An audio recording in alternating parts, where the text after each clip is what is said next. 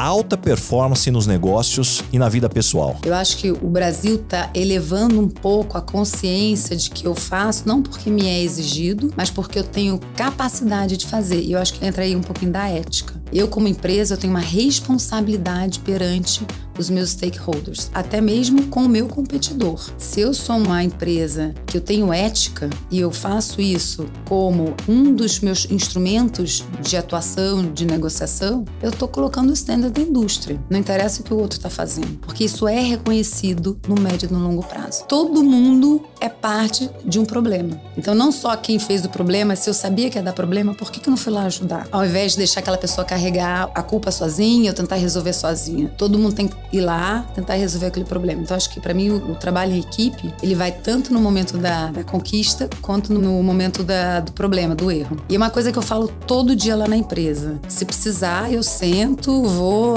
entregar o documento. Se faltou alguém, todo mundo tem que se ajudar. Ninguém é mais importante que ninguém. Obviamente, a gente tem funções e tem determinados conhecimentos. A gente tem funções na equipe, mas a gente não pode se sentir melhor e não pode esquecer o trabalho que o outro faz. Eu acho que o meu estilo de liderança tem um pouco do que a gente já é e tem um pouco do que a gente aprende. Aprende com pessoas que você admira e pessoas que você fala, nossa, eu não quero ser assim.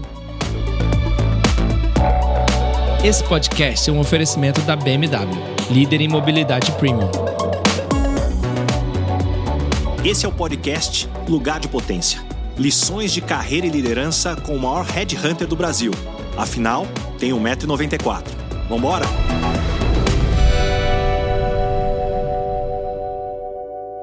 Hoje eu tenho o privilégio de receber uma líder incansável e viciada em alta performance. Formada pela Universidade Estadual do Rio de Janeiro, com mestrado em Direito Empresarial pela PUC do Rio de Janeiro e ainda um LLM pela Harvard Law School. Ela desenvolveu sua carreira em grandes escritórios internacionais antes de assumir posições de liderança no mundo corporativo e associações.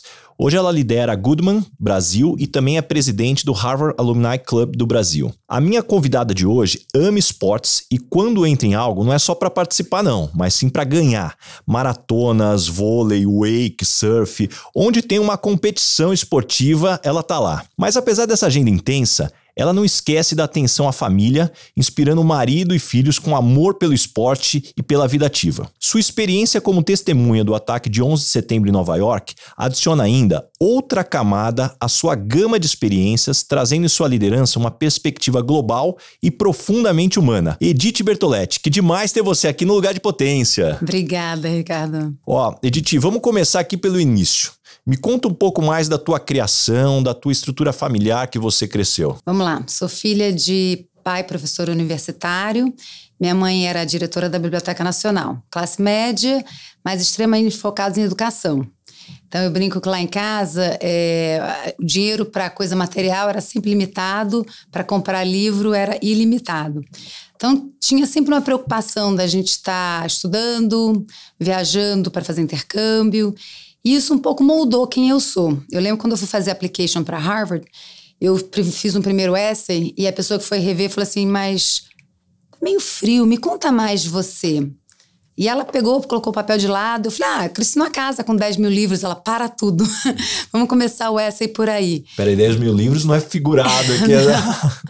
10 mil livros, lá em casa assim, tem estante em todos os quartos, corredor, sala. Então, foi um pouquinho como eu cresci. Nesse ambiente focado na educação, com pais investindo muito. E tem outra coisa que eu sempre gosto de falar, da minha criação, principalmente da minha mãe. Foi essa força que ela tinha de fazer a gente acreditar. Ela sempre falou uma coisa para mim, é o seguinte, você não é melhor do que ninguém, mas você também não é pior. Vai lá e tenta. E toda vez que eu tinha uma oportunidade, ou uma competição, ou uma application, eu falava, eu não sei se eu vou conseguir. Ela vai lá e tenta. Então, acho que com isso pautou um pouco como eu enfrentei muitas oportunidades na minha vida. Não que eu tenha ganho todas, muito pelo contrário. A gente só fica sabendo das histórias de sucesso. Eu não passei para vários programas de trainee, por exemplo, na época de faculdade. Mas essa capacidade que eu acho que me foi colocada pela minha mãe de tentar, me fez que eu, de 10 oportunidades que eu tenho enfrentado, eu pego 5. E tudo bem. E com essas 5 a gente continua a vida. Mas você já percebia esse lado competitivo desde criança? Sim, eu tenho... Bom, isso é um pouquinho meu. E eu tenho uma irmã gêmea que é mais competitiva do que eu. Então, Ricardo, assim, eu cresci no meio do esporte, eu cresci fazendo Olimpíadas de matemática, de física. Quando a gente foi morar nos Estados Unidos, a gente foi fazer competição de Future Business Leaders of America, então a gente foi para campeonato estadual, nacional. E tem um pouco do meu convívio com a minha irmã gêmea, quando você tem alguém que é idêntico a você, que te desafia todo dia, faz com que isso faça parte de quem você é. Quando eu fui correr minha primeira maratona, eu falei, isso não é pra mim. A minha irmã falou, você vai ficar na arquibancada? Desafiou assim, na lata. Eu falei, nossa, vamos lá, né?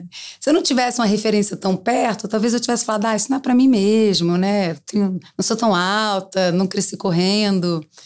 Então, é um pouco de quem eu sou e é um pouco de como, né, o ambiente que eu cresci também. Mas, pensando aqui, toda essa energia, a carreira de direito não me parece uma escolha óbvia, né? Quais foram as influências que você teve para chegar no curso? Eu sempre gostei muito de ler, sempre gostei muito das áreas de humanas e eu me apaixonei. Eu faria faculdade de novo de direito hoje.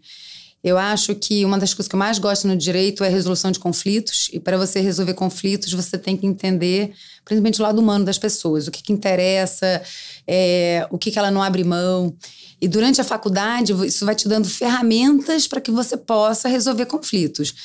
Então, eu brinco no início da faculdade, falei uma vez lá em casa, nossa, eu trabalharia de graça, de tanto que eu amo. Então, acho que o direito, o pessoal pensa um pouco com uma coisa mais chata, mais teórica, mas no fundo ele permeia tudo o que acontece na sociedade, no dia a dia, nas empresas, nas relações familiares. Ele só te dá ferramentas de como você resolve esse conflito, que tipo de limitação você tem, que tipo de garantias você tem. Então, para mim, apesar assim, a energia vai muito do relacionamento. Que para mim era muito claro. Quando eu comecei a fazer aulas de negociação na faculdade, eu pirei. Eu falei, nossa, isso que eu quero fazer o resto da minha vida. E, por outro lado, o que a faculdade de Direito talvez não te ensinou para ter sucesso na vida corporativa? Então, antigamente, as faculdades eram muito lineares, tá? Então, eu não tive nenhuma aula de finanças, por exemplo. Eu não tive nenhuma aula de economia. Você aprendia direito, eram 5 anos, você aprendia direito do início ao fim. Na verdade, a gente tinha um semestre de economia que era muito superficial. Eu acho que hoje as faculdades estão um pouquinho mais voltadas para uma educação um pouco mais holística. Então, a pessoa que está no curso de Direito, ela vai aprender um pouquinho sobre administração, sobre gestão, sobre finanças. Eu acho que hoje eu tivesse feito Direito, eu estaria melhor, com mais ferramentas para uma vida executiva. E eu tive que correr atrás. Quando eu fiz o meu mestrado em Direito Empresarial na PUC, isso foi no primeiro ano pós-faculdade, foi a primeira vez que eu vi Excel na vida. Só que eu já era formada. E hoje eu não sou uma voadora em Excel, mas eu sei abrir uma planilha, sei, né, identificar onde é que estão as coisas. Se eu falar com os meus colegas advogados da época, eles continuam sem saber abrir um Excel. Então, acho que isso são ferramentas que são muito importantes para quando você faz vida executiva. Toda a parte de contabilidade, toda a parte de finanças. Quando eu fui fazer meu mestrado nos Estados Unidos, eu fiz questão de fazer algumas aulas na Business School e algumas aulas na Kennedy School. Business School para eu entender justamente o lado, né, e a mentalidade do empresário, da empresa, o que é importante para o business.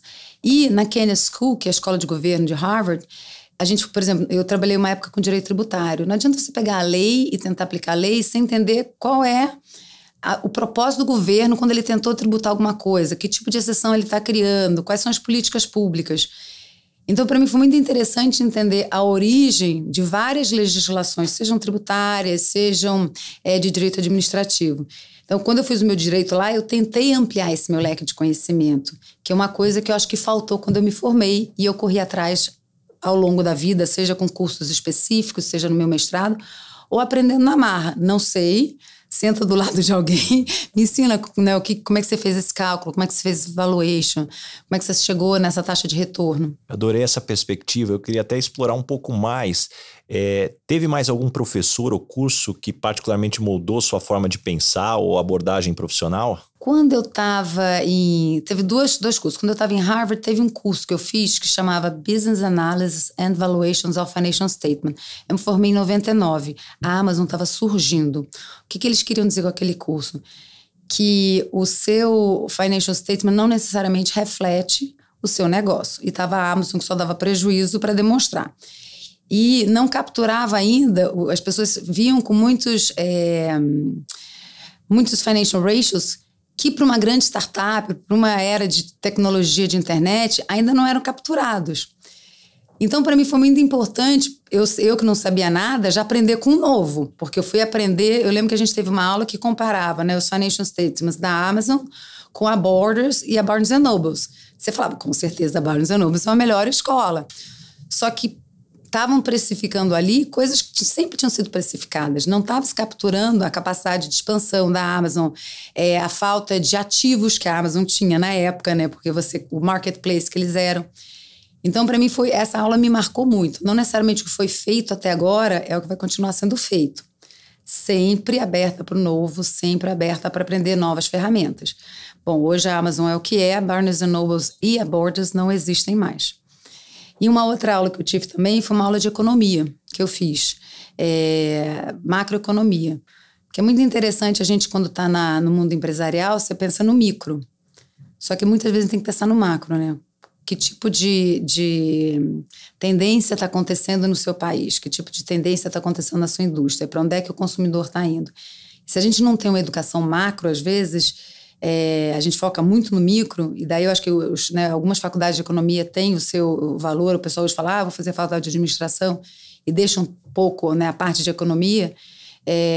Eu acho que me fez uma melhor executiva, tá? Eu ter focado um pouquinho numa visão mais ampla da economia. E como que essa visão, né, de cultura corporativa influenciou seu estilo de liderança? Boa pergunta. Eu acho que o meu estilo de liderança tem um pouco do que a gente já é e tem um pouco do que a gente aprende.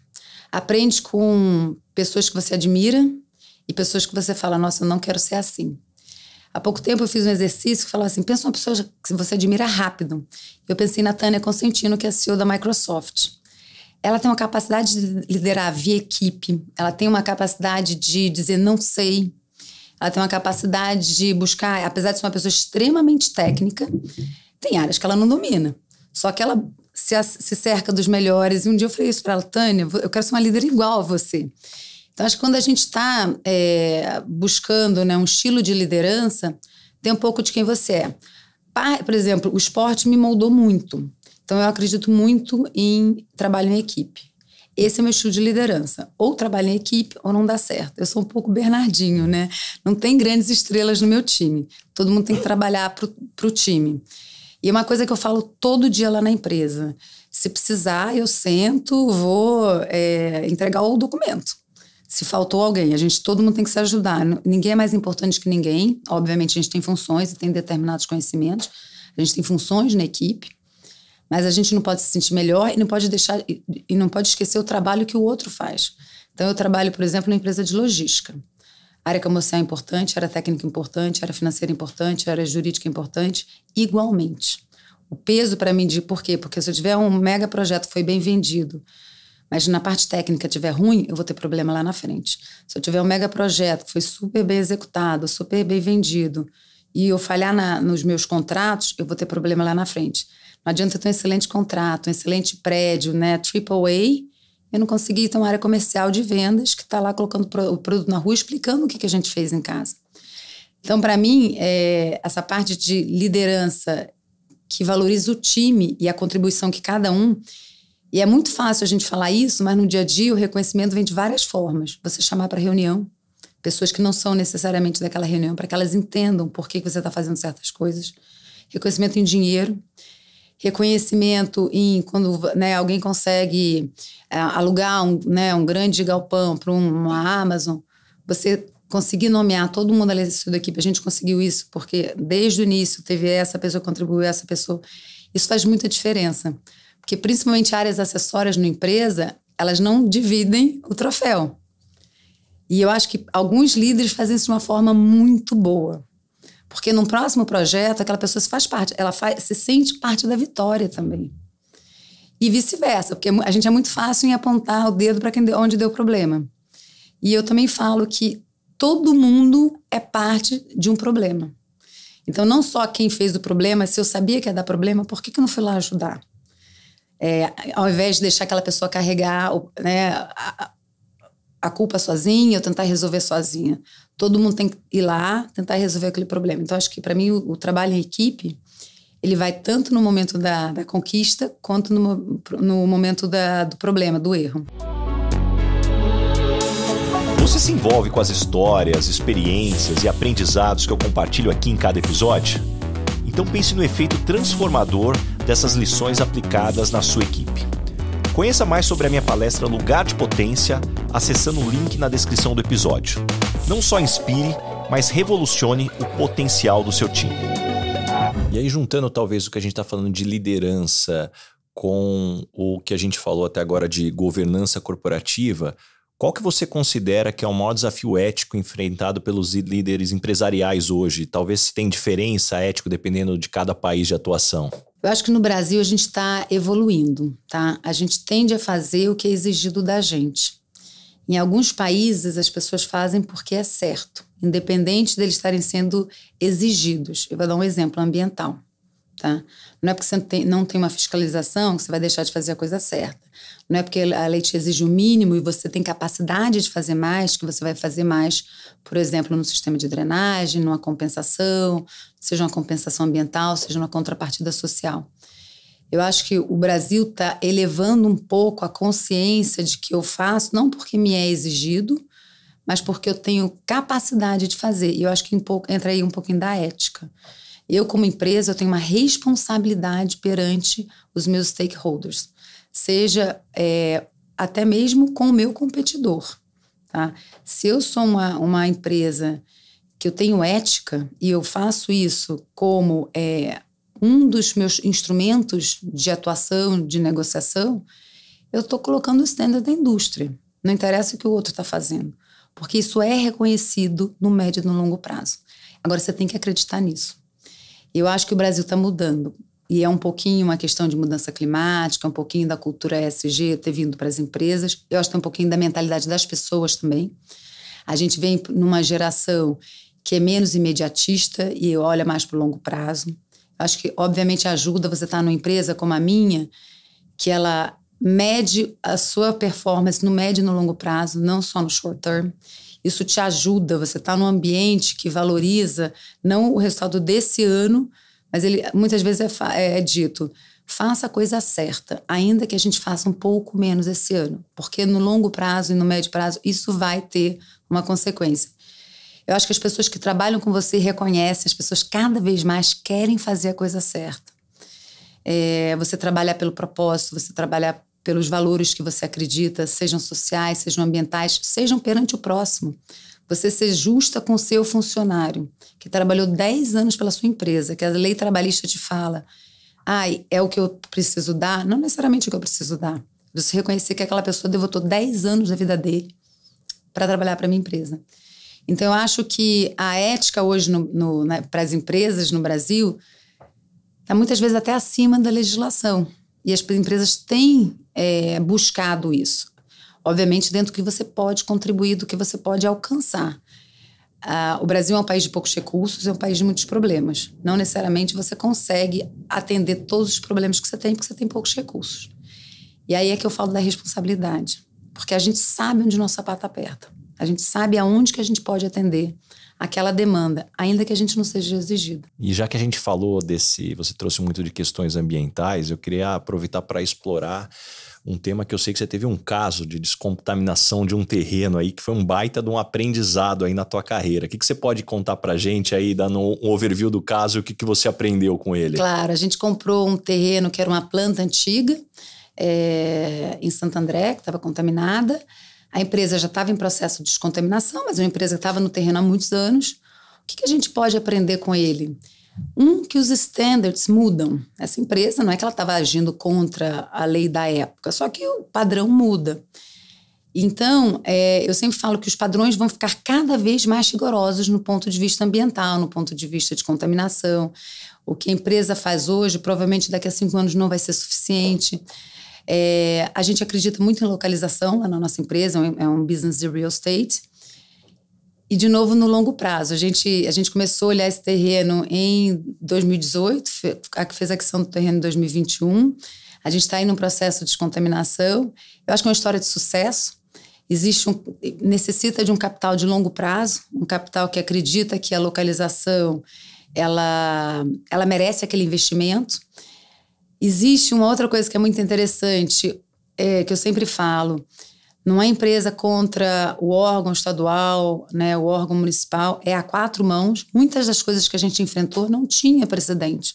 A gente teve que sentar, seja com o município, seja com o Estado, com a CETESB, para falar, ok, temos um problema, como vamos resolver? Esse diálogo com o órgão público é essencial. Talvez se a gente tivesse sentado com o órgão público, se a gente não tivesse enfrentado o problema, o terreno tivesse até lá, procurando o investimento, né? Hoje a indústria não faz mais sentido dentro de São Paulo. Aquele terreno tinha uma outra vocação, ainda não era vocação residencial, porque era um terreno contaminado. Fazia todo sentido entrar um player de logística como a Goodman para desenvolver aquele terreno.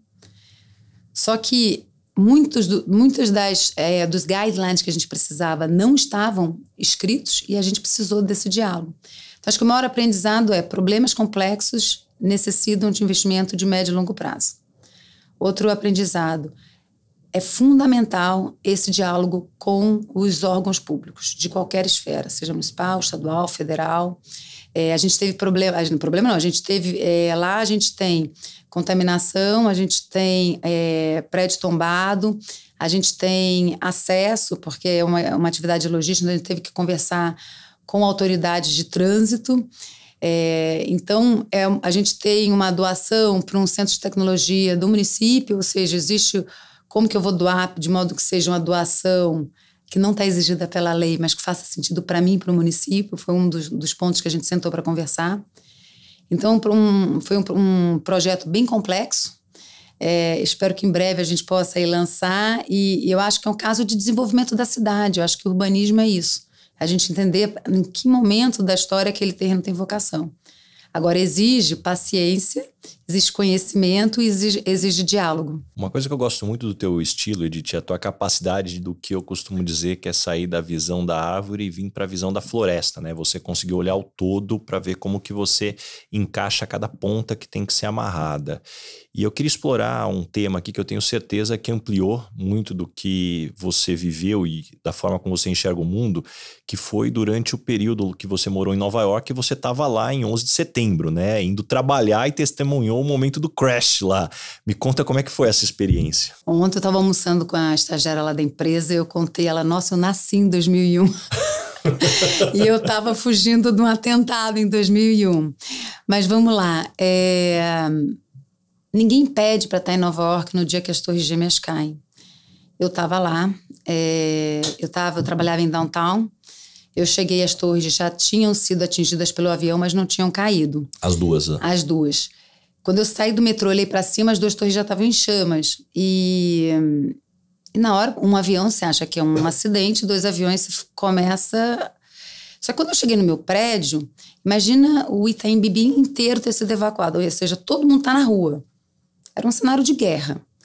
E daqui a pouco passam os aviões de combate a incêndio. Só que a gente que está no chão não sabe o que é. Eu falei, estamos em guerra, Nova York vai ser bombardeada. Meu primeiro instinto foi de sobrevivência, Ricardo. Eu falei, preciso sair daqui, porque a gente está sendo bombardeado, as pessoas vão ser pisoteadas.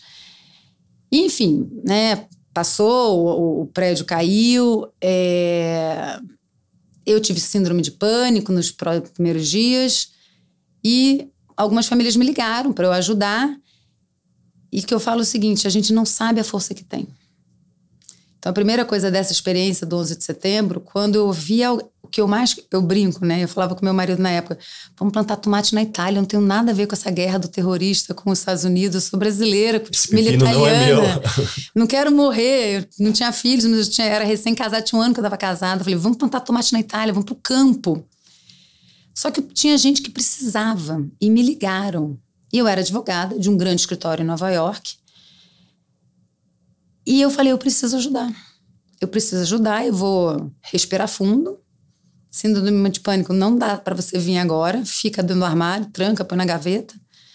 E eu fui enfrentar, tem até um filme sobre isso, né? Como que eles calcularam as indenizações das vítimas. Eu era uma das advogadas que estava naquelas assembleias de como é que você calcula a indenização.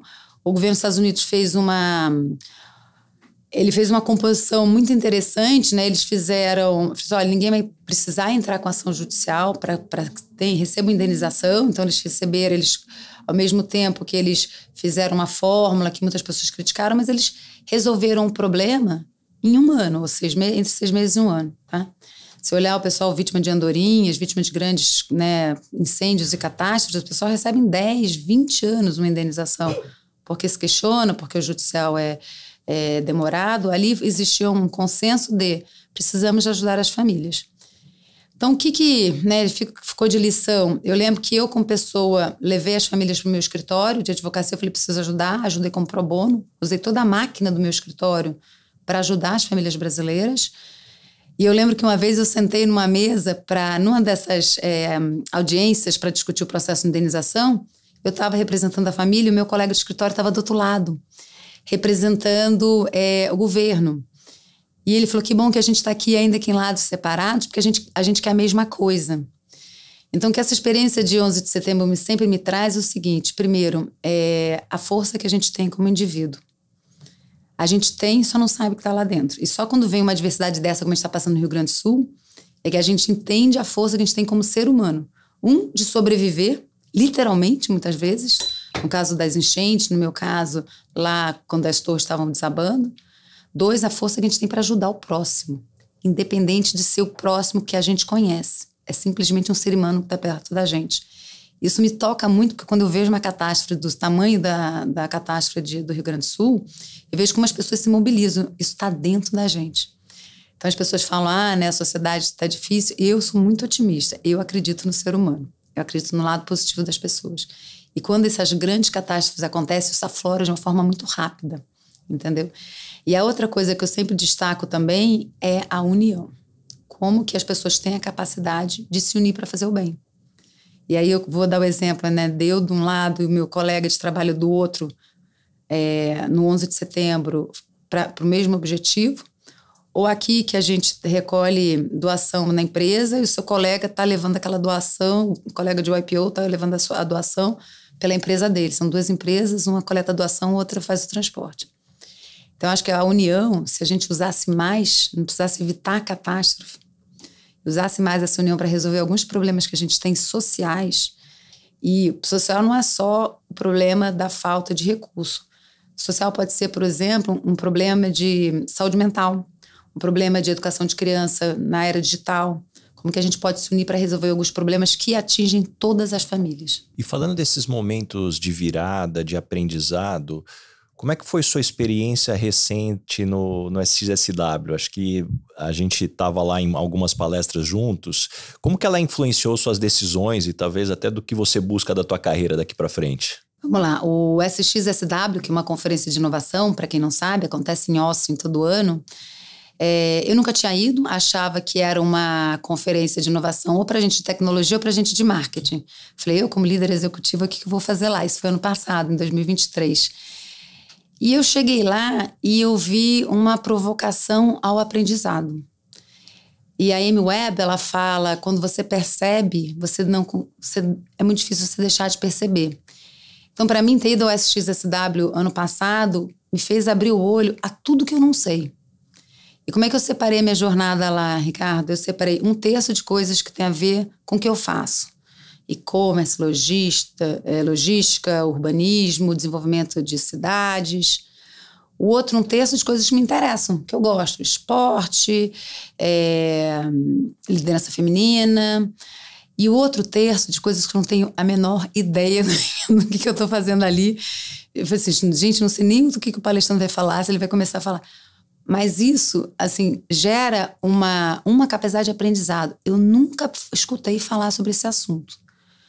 Quais foram os assuntos que estavam fora do seu radar? Psicodélicos, por exemplo. Nossa, o meu também. Eu não tinha ideia do tamanho desse mercado nos Estados Unidos. Então, aí foi aprender sobre legislação de psicodélicos, como é que difere psicodélicos de cannabis, o mercado, desenvolvimento, benefícios. Eu fiz uma palestra que ela falava sobre o efeito físico, biológico no cérebro dos psicodélicos. Ou seja, uma aula super técnica, que tinha lá o PhD de neurociências falando. Eu falei, meu Deus, tem que ter alguma verdade nisso, porque eu tenho um PhD de neurociência falando sobre esse assunto.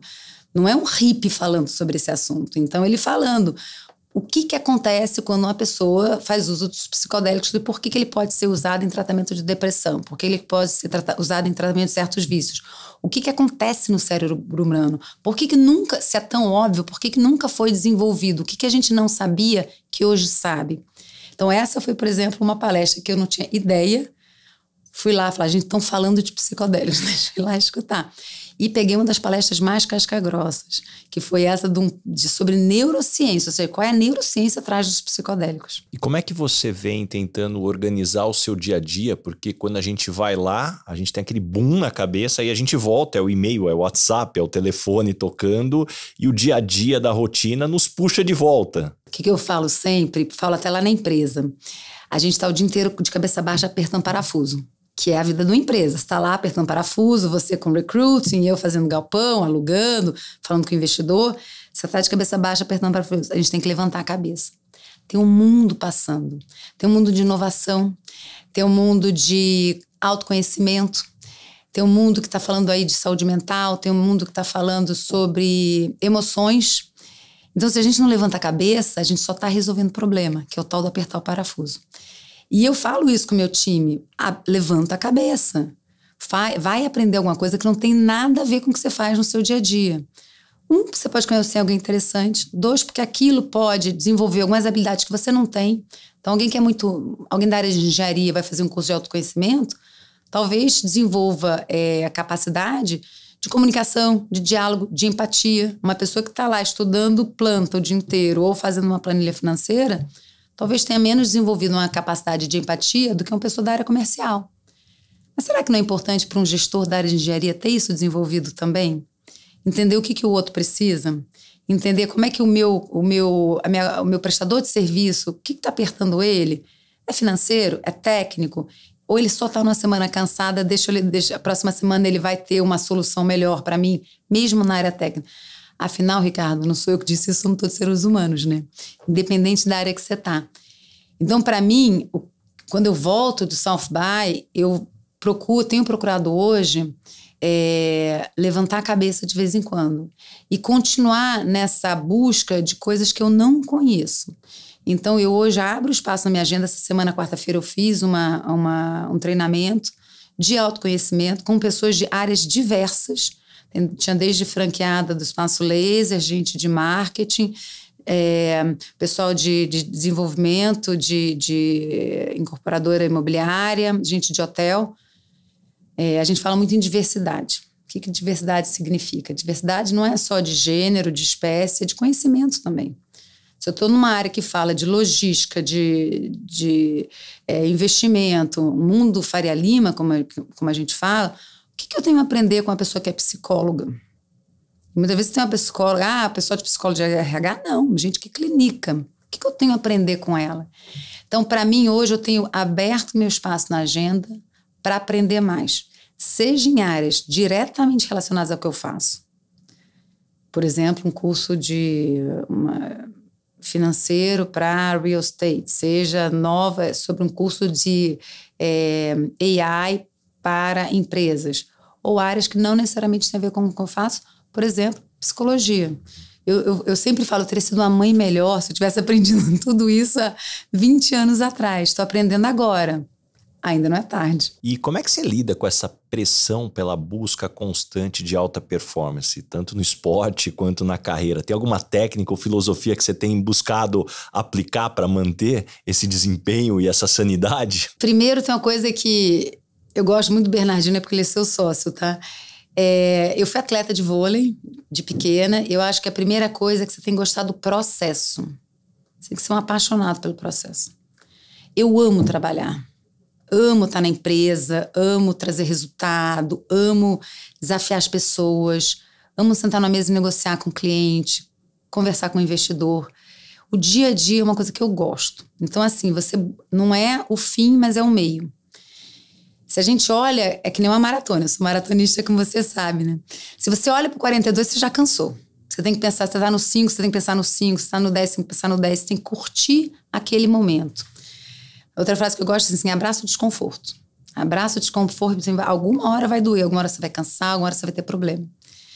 Então, eu acho que se você foca no momento que você tá, se você abraça aquele desconforto, porque alguns momentos vão ser mais puxados do que outros, não é a busca da alta performance pelo resultado em si. É você gostar daquele processo. No esporte é a mesma coisa. Você tem que gostar de estar lá treinando todo dia. Eu, com uma lesão no joelho, essa semana tive uma aula particular de toque pro vôlei. Me disse, você tem 51 anos, por que você está fazendo? Porque eu gosto. Entendeu? Eu gosto do processo, gosto de aprender, gosto de me desafiar e melhorar. E aí é uma coisa que é minha, que algumas amigas me provocam um pouquinho, mas tudo tem que ser pela alta performance. Eu falei, gente, eu tô procurando um hobby que eu não queira ser a melhor. Então, por exemplo, eu não gosto de cozinhar. Ah, mas vai lá e cozinha. Gente, eu não gosto. Quando eu não sou boa, eu não quero nem tentar. Mas eu tenho me forçado também a fazer coisas só por fazer e não por me desafiar, porque acaba que a gente se desafia muito, não é que a gente se cansa, mas eu acho que você não tem momentos de contemplação, que eu também acho que são importantes. E aí eu vou te contar um episódio, eu me machuquei, estava já inscrita para correr a meia maratona de Mendoza, me machuquei 3 semanas antes, eu rompi o menisco, tinha a menor condição de correr. Já fiz muita coisa machucada, mas dessa vez não dava. Já estava com a viagem marcada, meu marido ia correr. Bom, vamos lá, né? De cara, estava inicialmente de cara amarrada. Aí eu falei, deixa eu pivotar essa história. Eu vou lá e eu vou curtir os bastidores da corrida. Conheci o organizador da prova, ele me deu uma credencial de imprensa. Eu entrei na área onde as pessoas cruzam a linha de chegada, eu tinha passe livre para circular ali onde as pessoas recebem a medalha. Linha de chegada, se eu quisesse dar um abraço, no primeiro lugar eu dava, de tão perto que eu estava. E eu comecei a entender, não um corredor, mas todo aquele circo que fica armado para aqueles 10 mil corredores que estão ali cruzando a prova. O cara que está dando a medalha, o fotógrafo, o locutor. Alguém já pensou que o locutor fica 6 horas em pé com a mesma emoção toda pessoa que cruza? Toda pessoa que... O cara que te dá a medalha, ele está com um sorriso para os 10 mil pessoas que ele dá a medalha. O fotógrafo não consegue nem o banheiro. Então, assim, tá todo mundo ali...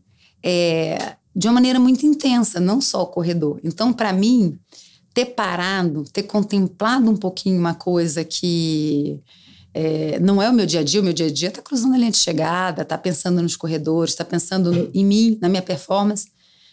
Eu falei, gente, quanta gente envolvida para eu ganhar uma medalha. Então, assim, esse me trouxe um reconhecimento até a minha família, né? Quantas viagens minhas filhas e meu marido fizeram para me ver correr? E aí você fala obrigado, mas você fala obrigado, eu mereço, né?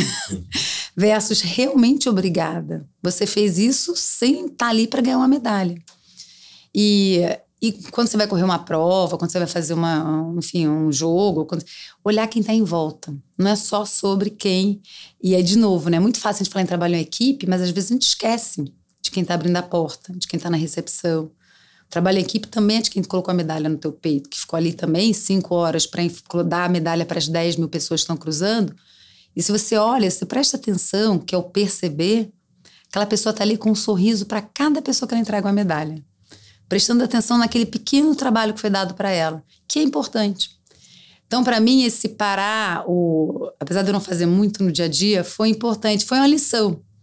Então, mesmo quando a gente está machucado, eu acho que eu ganhei tanto com essa experiência e talvez tenha ganho mais do que se eu tivesse mais uma vez feito uma meia maratona. E trazendo essa linha da percepção e esses aprendizados, a hora que você olha para trás, a tua competitividade já foi mal interpretada no ambiente de trabalho, algo que tenha te incomodado?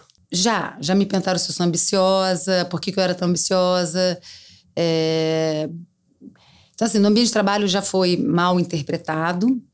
E eu sempre falo, não quero para mim, eu quero para o todo, mas eu quero muito, eu quero performar, eu quero desenvolver, eu quero vender projeto, eu quero dar certo, eu quero aprender mais. eu quero mais cargos, eu quero mais responsabilidade. E não é necessariamente ligado a sucesso financeiro, tá? Mas eu já fui mal interpretada algumas vezes ao longo da vida, mas eu acho que é minoria. Eu acho que ambição é diferente de ganância. Quando a gente fala, principalmente que você olha para uma mulher, as pessoas falam, nossa, ela é gananciosa, porque ela quer chegar a algum lugar. Não, ela quer chegar. E não necessariamente isso é ruim. E eu acho que a mulher, às vezes, com medo de ser taxada de gananciosa, às vezes ela esconde um pouquinho do que ela quer. E eu estimulo muito as mulheres que trabalham comigo, eu tenho algumas que vêm falar comigo com uma certa periodicidade, eu quero mais. E eu falo, ótimo, adoro escutar isso. Outro dia a gente tinha uma posição, e a gente estava procurando quem, né, colocar naquela posição, posição de liderança, levanta a mão, uma mulher grávida. E eu falei, putz, eu não pensei em você. Dei o cargo para essa mulher grávida. Ela fez chover na empresa, fez um excelente trabalho. E eu fico muito feliz de ela ter levantado a mão. E eu acho que hoje, olhando para essa situação que eu passei, eu estimulo as pessoas a levantarem a mão. Não tem essa timidez de mostrar que você quer mais. Não tem a timidez de você ser taxada de gananciosa. Você só quer mais e está tudo certo. E um ponto que eu vejo muito em profissionais que buscam esse autodesempenho, muitas vezes é não esbarrar com a armadilha do perfeccionismo, que paralisa. E na minha experiência, isso muitas vezes tem uma ênfase maior ainda em mulheres com esse perfeccionismo. Como que é lidar isso contigo e o que você desenvolveu para não cair nessa armadilha? Isso é um bom ponto. Eu acho que o primeiro ponto do perfeccionismo é a gente ficar satisfeito com o resultado que a gente tem. Tá? Então, o problema do perfeccionismo é que você fez um super trabalho, um super projeto e você atingiu 94% do que você queria. E aí você fala, putz, não atingi nada.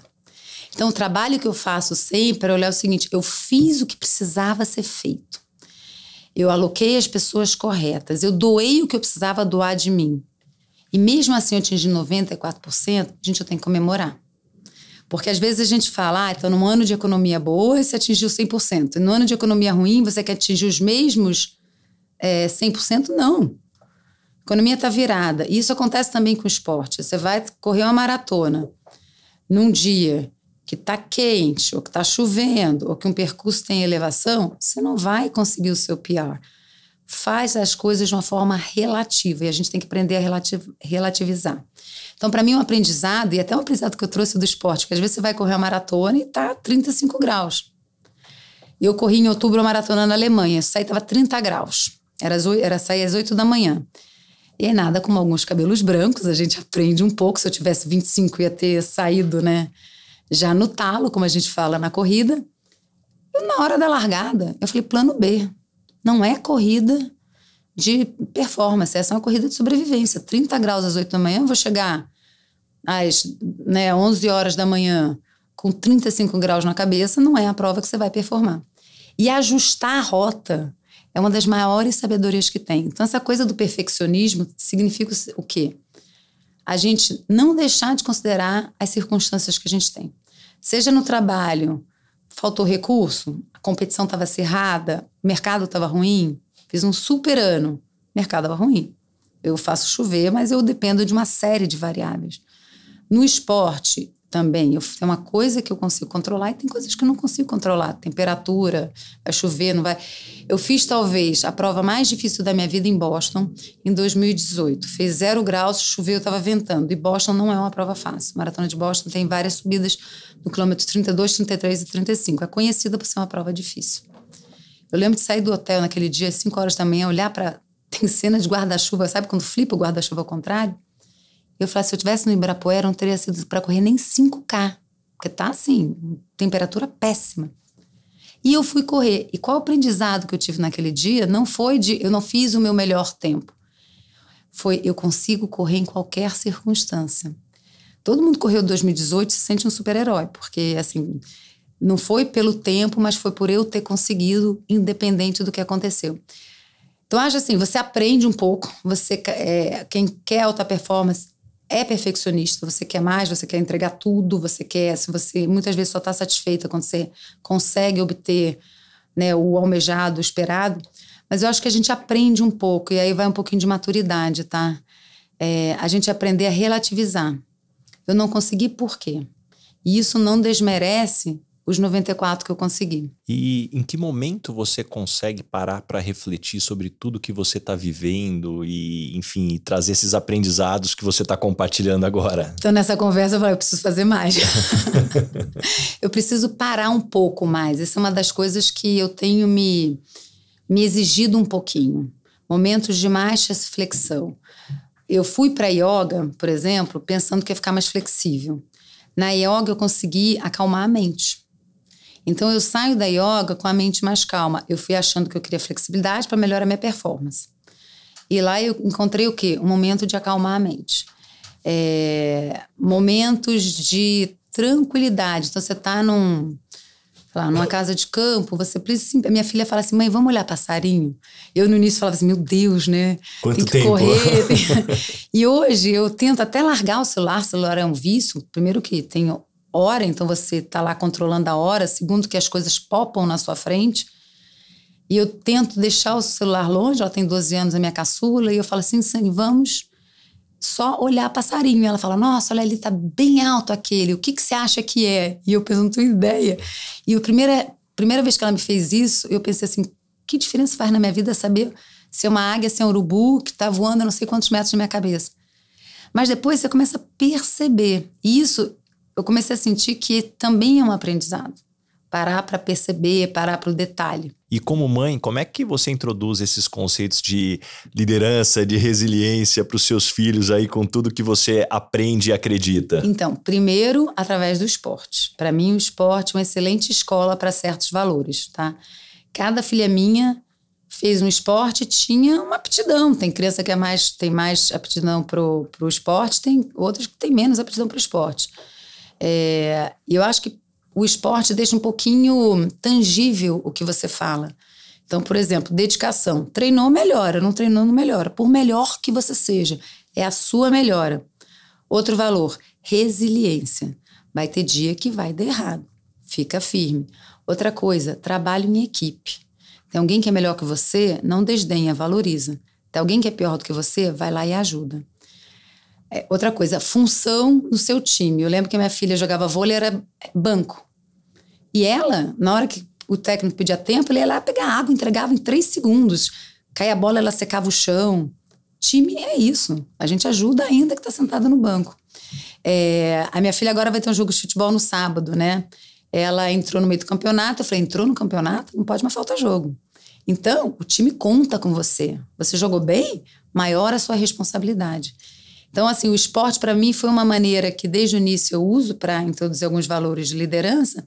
E, obviamente, quando as crianças vão ficando mais velhas, você vai usando, é o primeiro estágio, é o application para a faculdade, você entender a sua frustração, você entender o quanto que você precisa se doar, você entender que tem um mundo competitivo, que tem dia que você ganha, que tem dia que você perde.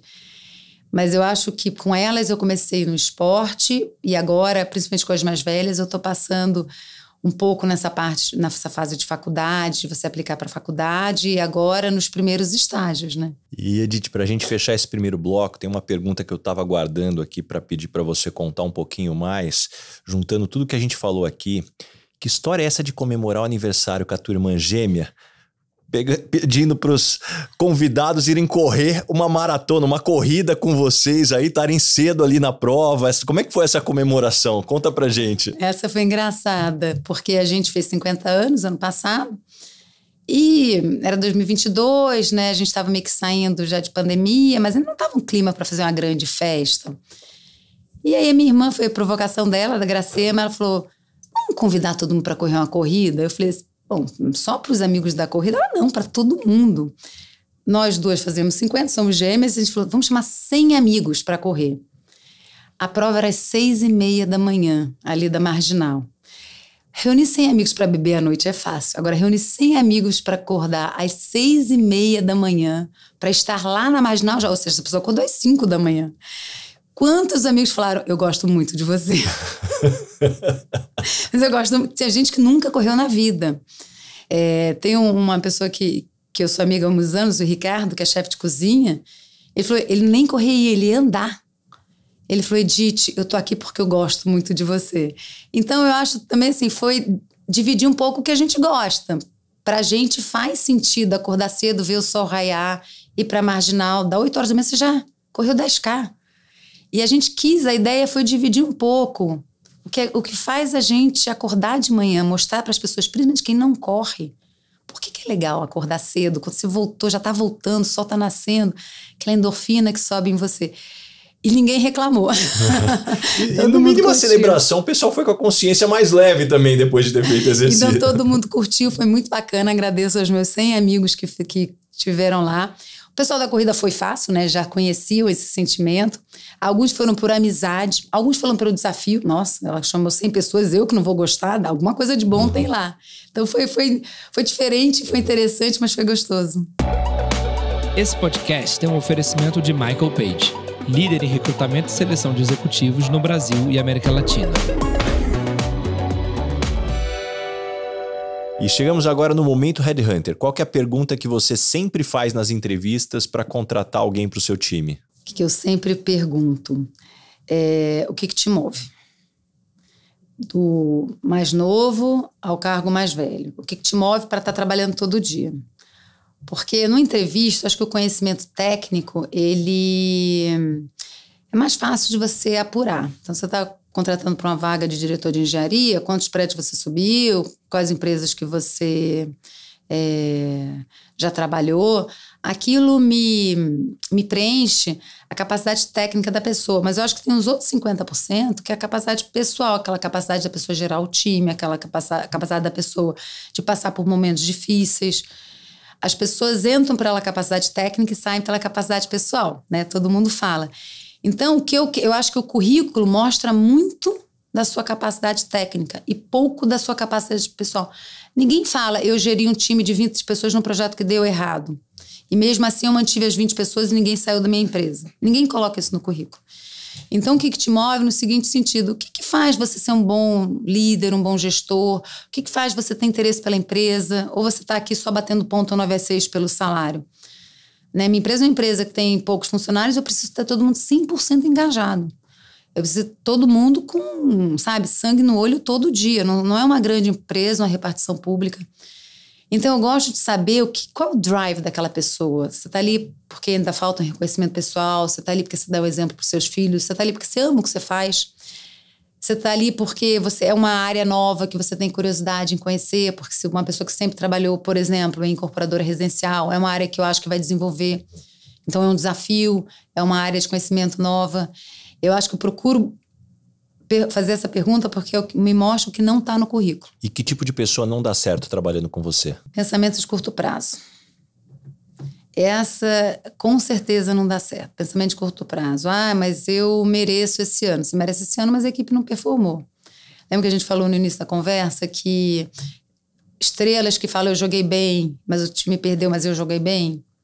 Você jogou bem, mas a gente precisa que o time jogue bem. Então, aquele pensamento de curto prazo, dizer, olha, não está dando certo para mim porque eu entreguei, ninguém mais entregou. Então, vamos entender por que ninguém mais entregou. O que você pode ter contribuído além de ter feito o seu trabalho? É muito fácil você falar assim, olha, eu fiz meu trabalho e eu não tenho ideia do que está acontecendo na mesa do outro.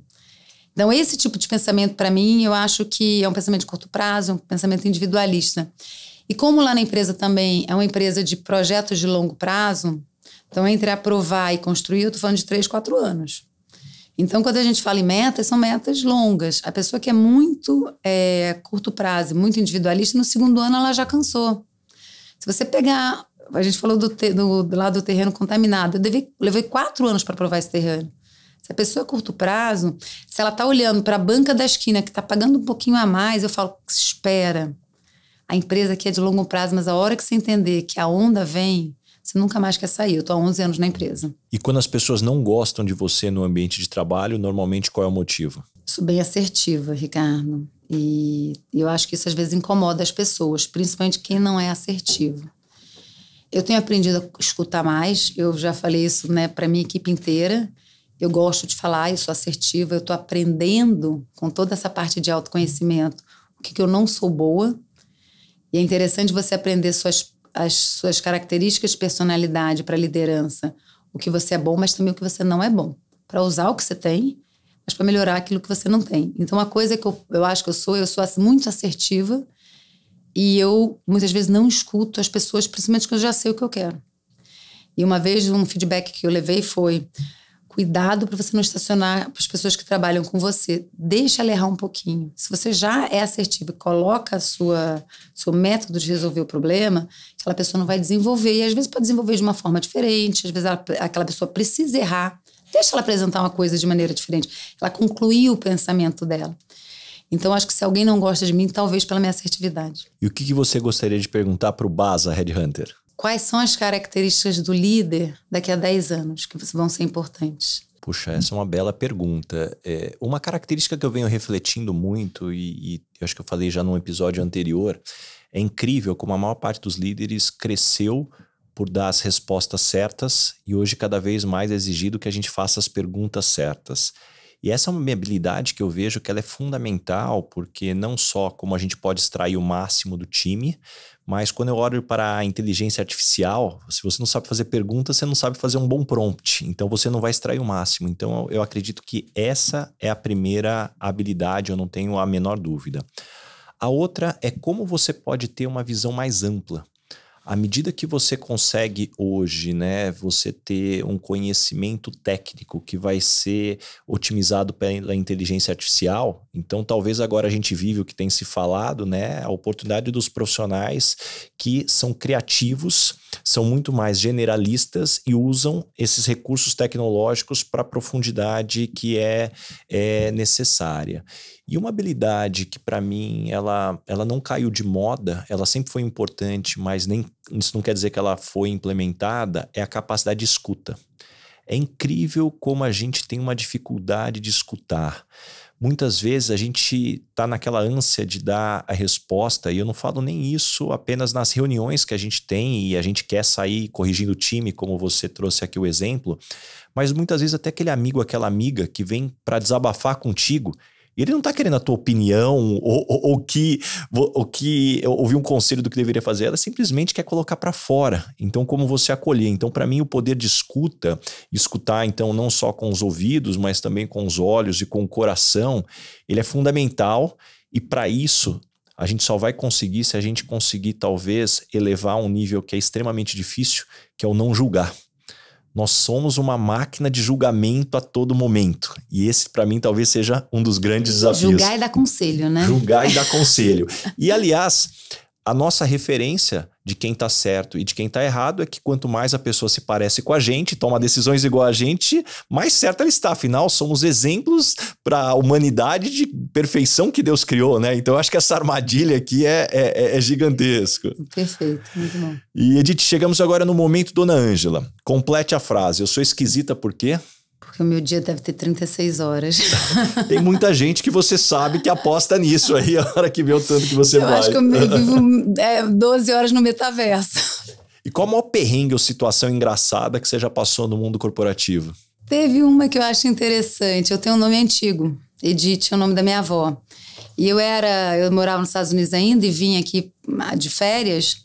E eu lembro que um advogado que eu trabalhava, ele falou: Edith, você pode se encontrar com um cliente nosso, ele está com umas dúvidas, ele tem empresa lá fora. E eu tava passeando assim, na farm, na calçadão. Falei, bom, vou, né? Mas eu tô de jeans e camiseta. Aí ele falou, não tem problema, ele queria bater um papo com você. E eu fui pro escritório desse sócio, e eu tô lá esperando, daqui a pouco entrou um cliente, de terno, gravata. E ele sentou e ficou olhando pra minha cara, e eu falei, tudo bem? Tudo bem. E ele continuou esperando. Aí ele falou, a doutora Edith não vai chegar? Aí eu falei, mas eu sou a doutora Edith. Eu tava de jeans, camiseta branca, com cabelo meio molhado, coisa que carioca faz. E ele olhou pra mim assim, muito sério. Ele falou, nunca tive uma percepção tão diferente do nome e da posição da pessoa que tá na minha frente.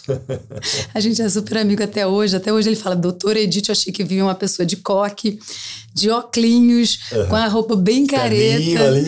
Então isso é engraçado, porque é o preconceito que a gente faz das pessoas, dos nomes, das posições. Ontem eu estava tendo um call com um advogado trabalhista, ele estava com um negócio, eu falei assim, você machucou o braço? Parecia uma tipóia.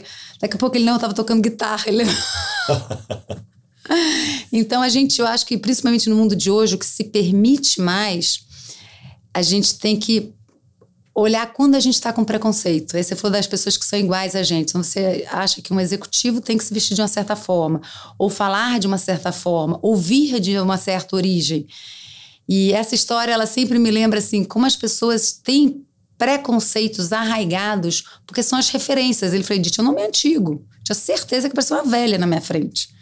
E eu não estava também com a roupa muito profissional, estava vindo de férias, mas era uma pessoa jovem, de 30 e poucos anos na época.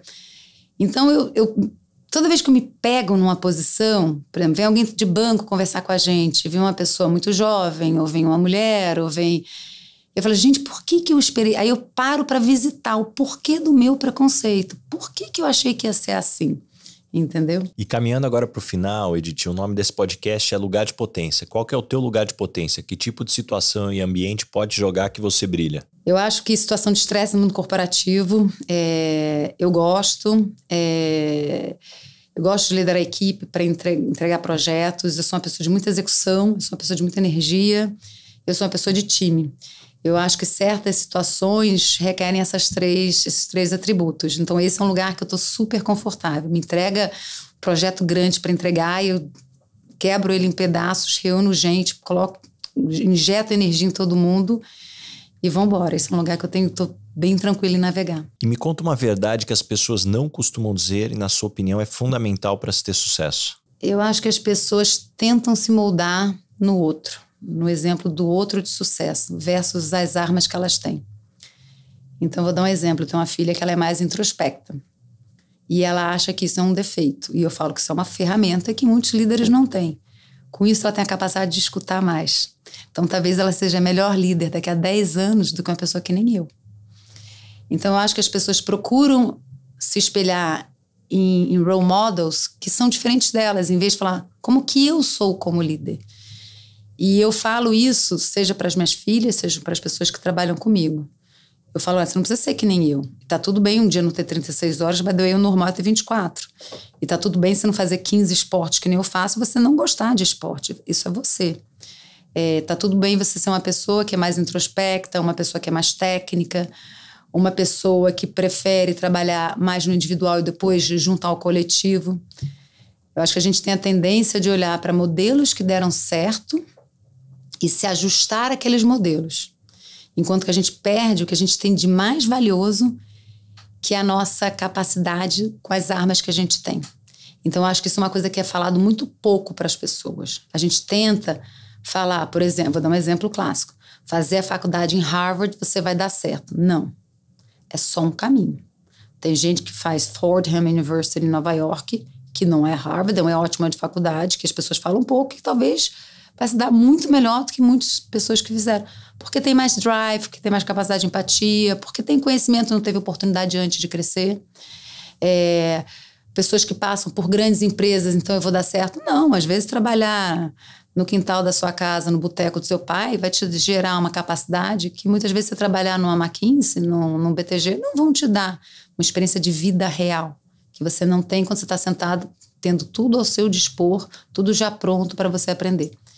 Então, eu acho que se as pessoas aprenderem a olhar para o que elas têm de força e tentarem identificar, eu sou assim, onde estão os meus role models versus o Bada deu certo, né? Ele tem um podcast, ele gosta de conversar com as pessoas, é assim que eu vou dar certo. O que você aprendeu nos últimos 12 meses, seja em conhecimento ou habilidade?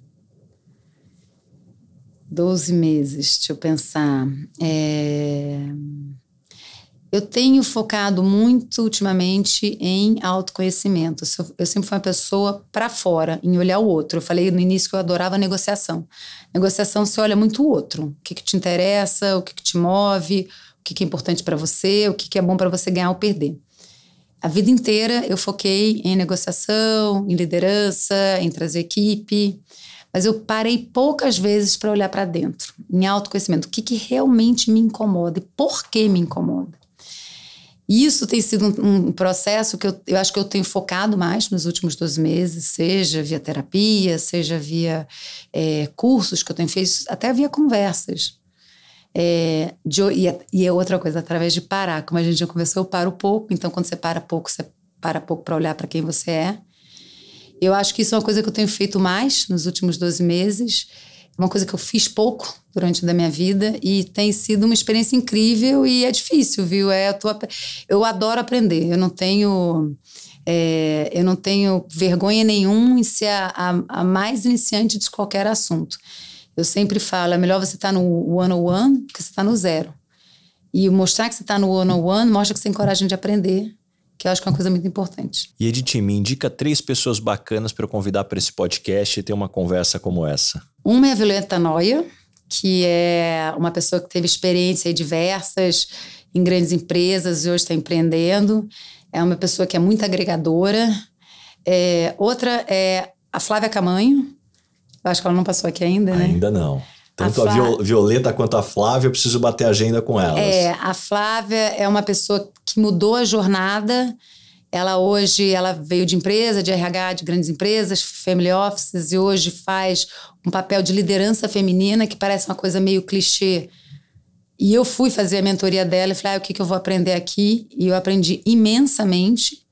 Eu acho que é uma pessoa que está aprendendo as goals, então tem aí está desbravando áreas, porque ninguém ensinou para ela como é que faz isso. Então ela está desbravando áreas, eu acho uma pessoa com muita coragem e aí com uma jornada que eu acho que vai ser repetida atrás dela, mas ela é uma pessoa que está desbravando. E o outro nome, a gente quando fala em lugar de potência, a gente sempre pensa em grandes CEOs, cargos de liderança ou grandes políticos. Acho que tem um trabalho importante de base aí que está sendo feito na educação. E eu conheci lá no South by o Emerson, do Bandeirantes, do Colégio Bandeirantes. Se encontrar alguém de escola no South by Southwest, eu acho que essa pessoa tem coisa para dar, né, aqui no seu podcast. Muito bom. E Edith, tem uma pergunta que eu faço para todo mundo aqui, não vou deixar você embora antes de me responder. O que é felicidade para você? Um dos processos de autoconhecimento que eu fiz, eles perguntavam de uma maneira repetida, porque a gente tem que tirar a casca, né, e pensar o que realmente é a essência. E eu lembro que eu pensei de uma forma assim rápida, é ter uma vida simples e feliz. Feliz no sentido de ter minhas filhas por perto, de estar fazendo bem, de estar fazendo coisas que eu gosto, como esporte. Eu tiro o esporte, eu não vou ser feliz.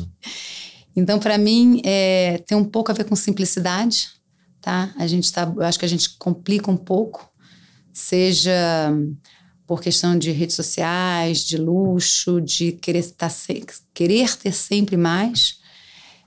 Uma das coisas que eu escutei lá no podcast da Laurie Santos, no Happiness Lab, ela fala, se você perguntar para as pessoas o que faz elas felizes, elas sempre vão falar, eu ganho 10 mil, se eu ganhasse 20 mil eu ia ser feliz. Se eu ganhasse, aí você vai parar de 20, 30 mil eu ia ser feliz. Eu acho que é o oposto. A felicidade está com quem a gente está. Então, para mim, o que é felicidade é ter uma vida simples e feliz, cercada de pessoas que eu gosto e fazendo o que eu gosto. Adorei. Antes da gente encerrar aqui, tem um presente para você. Obrigada. Aqui, um óculos da Longchamp aqui. Que delícia. A Marchon, que é fabricante dos óculos aqui no Brasil, distribuidores, eles sempre olham o perfil dos convidados e falam, manda esse para Edith aqui, legal. que ela vai gostar aqui desse óculos aqui dentro dessa dinâmica aqui. Muito lindo, obrigada. E Edith, pra gente finalizar, como é que as pessoas te encontram? Que projetos que vem pela frente? Bom, eu tô no LinkedIn, Edith Bertoletti, no Instagram, Edith Bertoletti. LinkedIn eu divulgo um pouco o que eu tenho feito, eu tenho um programa educacional lá na empresa que eu sou apaixonada. Eu tenho um desafio profissional de fazer a Goodman crescer no Brasil, então continuo na Goodman aí suando muito, tem muito suor aí no que a gente faz, tem muito trabalho em equipe. E quem quiser correr 5h30 da manhã está sempre convidado. Adorei. Puxa, muito obrigado mesmo, Edith. Adorei aqui o nosso papo. Eu tenho certeza que todo mundo que nos escutou até aqui saiu com páginas e páginas de anotações, muitos insights, muitas lições. Aliás, quem nos escutou até aqui já aproveita para compartilhar esse episódio, manda para os amigos, para os grupos de WhatsApp, que tem muita coisa bacana. E mais uma vez, obrigado por abrir tua agenda aí das 36 horas aqui para encaixar esse papo que faz tempo que a gente estava buscando aí um horário. Muito obrigado mesmo. Um prazer, Ricardo. Valeu.